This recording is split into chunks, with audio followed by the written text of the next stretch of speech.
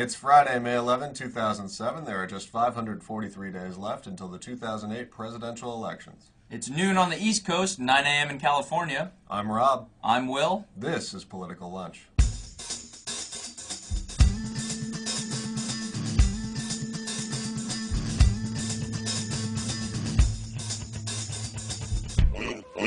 Welcome back to Political Lunch. Later in the show, we'll talk about what your presidential candidates are driving. But first, this from Hillary.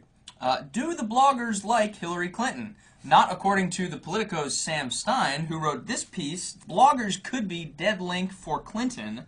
Now, the premise of Sam's piece is that instead of being embraced as the first serious woman presidential candidate, Clinton has instead been labeled an opportunist. She's been derided for being too scripted. In the piece, Arianna Huffington, the doyen of the blogosphere these days, says to most bloggers, authenticity is an important criteria. There's an allergic reaction to hyper-cautious politicians. Hillary Clinton's problem is that she's been so calculating that you can smell it. Now, the article goes on to quote a number of other prominent liberal bloggers, none of whom have very flattering things to say about Hillary Clinton as a presidential candidate. But the blogosphere, it's pretty tough to gauge. There are so many people writing so many things that it's tough to get an accurate sense of what people really feel. So we decided to do our own scientific, or well, I guess completely unscientific survey of the blogosphere. We simply typed Hillary Clinton into the Google blog search tool, and here's what we came up with. Hillary Clinton less powerful than Bill in news interviews. Only Ron Paul can defeat Hillary Clinton. Ron Paul, I think Ron Paul's probably got an outside chance at defeating Hillary, but I think might run into some challenges. That might be overly optimistic. I don't know. A few roadblocks. Let's see, what else did we pull up? Stephen Colbert rips Hillary Clinton on Iraq. There we go, exclusive. Ron Paul website traffic passes Hillary Clinton and Rudy.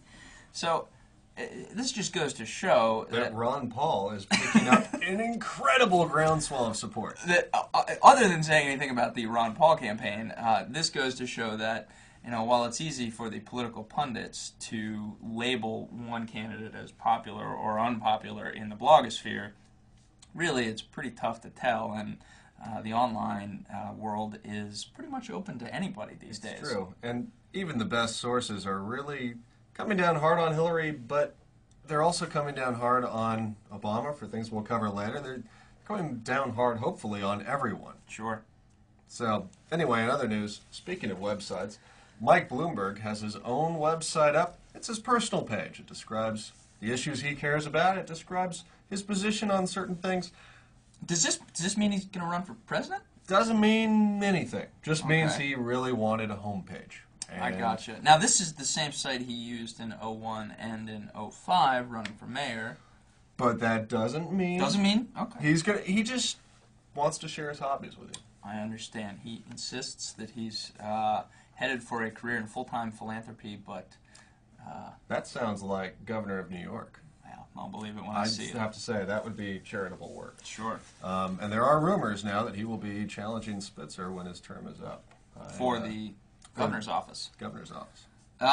Earlier in the week, we brought you a story about Rudy Giuliani, former New York City mayor and now GOP candidate, and a contribution that he and his wife at the time made to Planned Parenthood.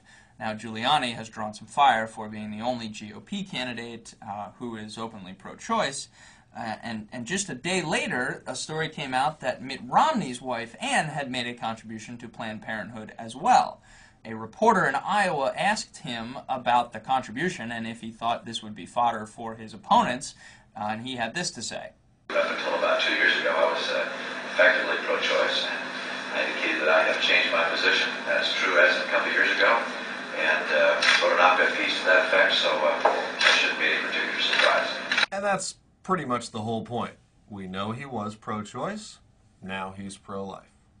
What's the issue? And that this could be one of those stories that he has effectively managed to squash.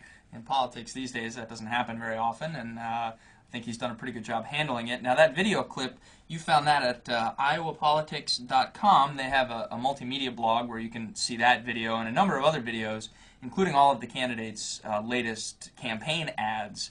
So check that out. Speaking of bloggers, Bob Geiger, who's become a well-respected blogger, he's actually taking a break to do some contributions for a McCain biography. There's a McCain book coming out in September, and he's going to be one of the big contributors. Is this a flattering I portrayal don't of think Senator it McCain? will be. I think Cliff Schechter is the author, and I don't want to get into the whole background of him, but I expect it to be a fairly accurate portrayal. Sure, and one of those things that always makes the campaign season just that much more interesting. Indeed. Keeps publishers in business every 4 years. But there was some good news for Senator McCain. Indeed there was. The problem is that no one seemed to notice, apparently. Sure. So KeystonePolitics.com gave a little review of that event. It's funny because McCain really can't get traction in the press these days. And he certainly can't get positive traction. Exactly. So yeah, that's an interesting look at that story and kind of a tree falling in the woods phenomenon with the McCain campaign these days. Speaking of trees. Speaking of trees. And greenhouse emissions. Very nice segue, by the way. Thank you. Barack Obama was in Detroit earlier this week to give a speech about energy policy, the environment. It was a pretty big deal. It was hyped by his campaign and covered pretty widely in the press. It was a significant appearance, an important speech. He certainly wasn't mincing any words. One of the cornerstones of his proposal was an initiative to drastically improve the gas mileage of American cars. He says that we've sort of been lagging in that arena compared to our foreign competitors, but I think he got some numbers wrong, did he not? Well, he wanted us to aspire to something more like 45 miles per gallon, which our foreign competitors allegedly get. The trouble is that a Toyota spokesperson told the Chicago Tribune no car maker gets 45 miles per gallon. Ours is closer to 30. And, you know, it's interesting, too. The Chicago Trib also pointed out that the new Toyota plant here, in all fairness, is not making Priuses, or Prii, as I like to call them, but they're making the 14-mile-per-gallon Toyota Tundra pickups. Yeah, so while we give the senator credit for taking an important issue head-on, we endorse things like improved gas mileage and energy independence. It was difficult timing because just this morning the AP came out with their latest in a series of sort of background questions that they offered all the candidates. They asked all the candidates what cars they drive. Let's see, the Democrats here, Joe Biden drives a 67 Corvette. It was a wedding gift. Senator Hillary Clinton, we use a Ford Hybrid when we're at home in New York. Chris Dodd, Ford Hybrid. John Edwards, Ford Hybrid. Dennis Kucinich, Ford Focus Compact. Oh, Barack Obama was just in Detroit talking about energy policy. Oh, yeah, the need for hybrids. Must drive. Ooh, Chrysler 300C, a full-size sport luxury sedan, racking up an unimpressive 17 miles per gallon. So, as the pundits have said, he talks Prius but drives a Hemi. That's it for us today. Thanks very much for joining us, and special thanks to Podcast Salad for featuring Political Lunch in their program this week. We will be back with a special edition on Monday covering the political futures markets. In case you've gotten tired of giving money to the candidates, now you can put money on the candidates. You might actually get something out of this campaign season other than good government. Thanks very much for joining us. We'll see you Monday for that report. I think that works. We're pretty much at it.